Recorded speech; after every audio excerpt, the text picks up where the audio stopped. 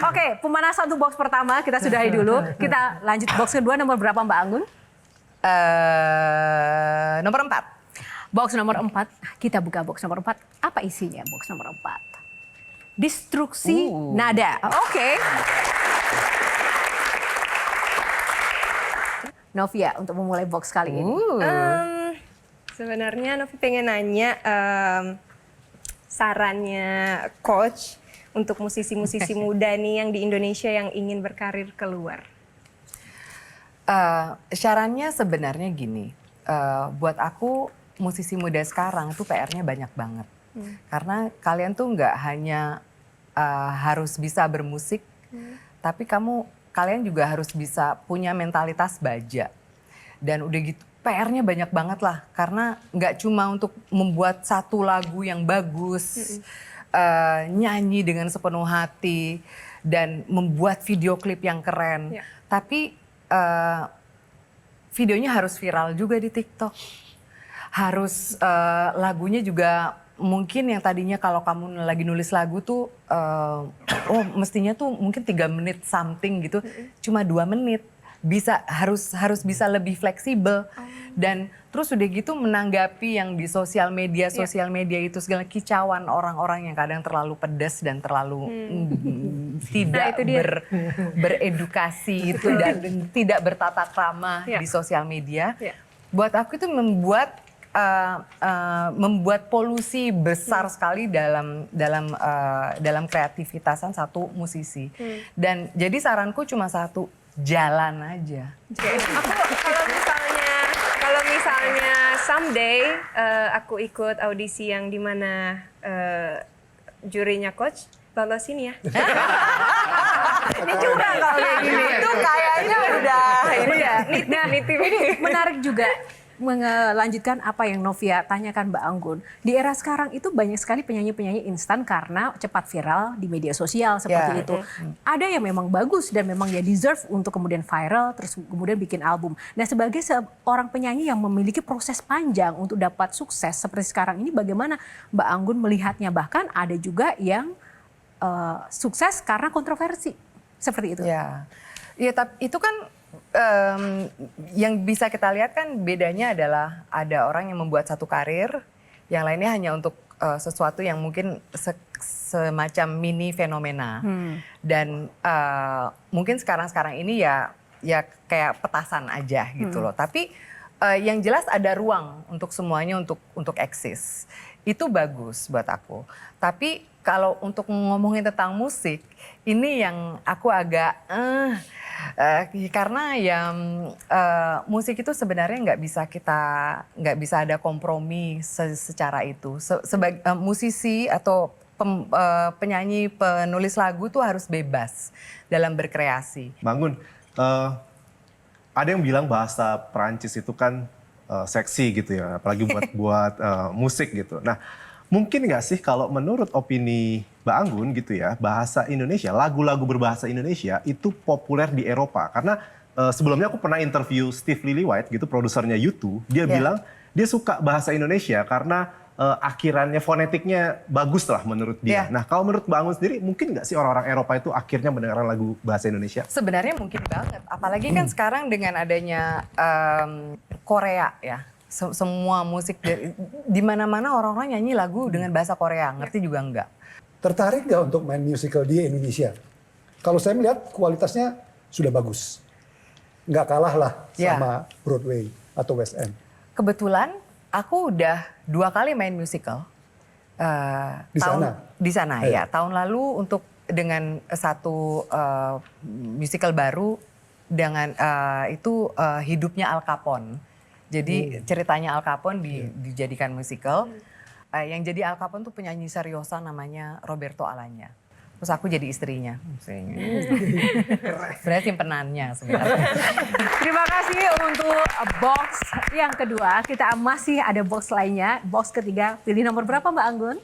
Box ketiga? Ya, ketiga. Oh, ketiga saja. Box ketiga, pilih box nomor 3. Kita buka. Dunia Aku Punya.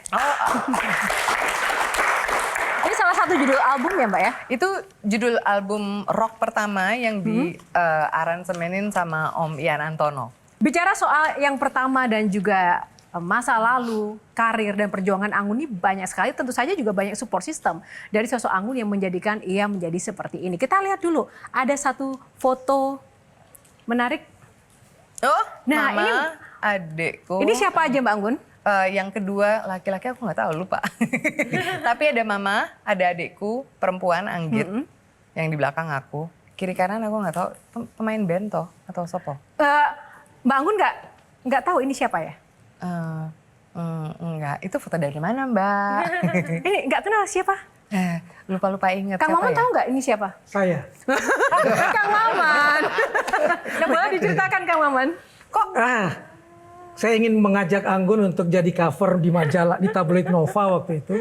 Lalu Tante Din bilang kita jemput Anggun di sekolahnya, bawa ke studio, baru kita makan bersama, baru motret.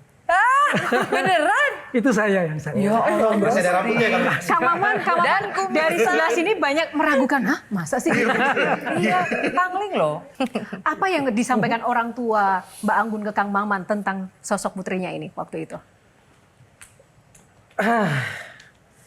Dia percaya betul bahwa anak Tegalan itu bisa mendunia. Pembelajaran yang paling luar biasa dari bapakmu namanya Darto Singo. Betul, Bikin cerita anak tentang singa. ya. Tapi justru singanya bukan jadi tokoh, tapi jadi manusia yang rakus. Iya. Makhluk yang rakus. Dan ketika saya nanya, kenapa kamu nggak menokohkan dirimu sendiri? Ya begitulah saya manusia yang penuh dengan kekurangan. Dan itu ada di buku ini. Wow. Ini semua karya bapak kamu. Saya nggak akan lupa karena kami sama-sama geng lahir 10 November. Ya. Iya. Iya, Hari Pahlawan. Ya, Aduh, aku bisa minta nggak? boleh. Justru saya bawa untuk Anggun. Beneran? Iya. Duh, makasih. Senang, sampai ke dia. Kok bisa-bisanya sih masih ada? Mbak Anggun Om boleh Darto. dong diceritakan value dari orang tua yang selama ini masih dipegang untuk Mbak Anggun menapaki kehidupan, karir. Aduh. Iya, Bapak tuh apa ya? Aku jadi bingung ngomongnya. Bapak dari dulu memang Bapak tuh orang yang bukan seseorang yang murah, yang mudah sekali untuk berbicara sesuatu, untuk muji. Jarang sekali memuji. Tapi yang aku ingat sampai sekarang, kalau misalnya aku nyanyi dimanapun, aku selalu bisa lihat Bapak tuh ada di mana. Dan untuk supaya aku tahu kalau aku nyanyi bagus atau tidak, atau apa konser ini oke apa enggak, dia nggak pernah bilang sebelum atau sesudah. Tapi pas aku lagi nyanyi, kok kamu ngeliatin terus, dia selalu begini. Kalau dia begini, wah, Bagus. udah deh, udah langsung plong gitu loh. Jadi itu yang sampai sekarang aku bawa. Karena kan Bapak sudah meninggal udah 20 tahun. Dan ya aku sebelum pandemi kita sempat ke Kroya, ke makam Bapak. Jadi aku ngenalin suami dan anakku.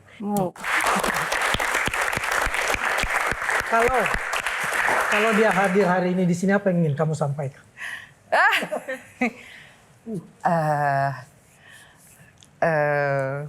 Apa ya? Banyak sekali sih. Banyak pertanyaan sebenarnya. Banyak pertanyaan tentang ya banyak pertanyaan yang mungkin lebih ke personal sih. Banyak karena saya dan Bapak yang sering berantem di rumah. Tapi bapakku ini bukannya aku nggak mau, bukannya ini apa? Aku tahu Bapakku tuh nggak ada substitusinya. Iya. Karena yang aku kangeni dari Bapak, yang aku sebeli, yang aku cinta dan yang aku nggak suka itu tuh di Bapakku. Dan ini aku akan selalu pasti akan selalu merasa kehilangan karena ya Bapakku udah tidak ada.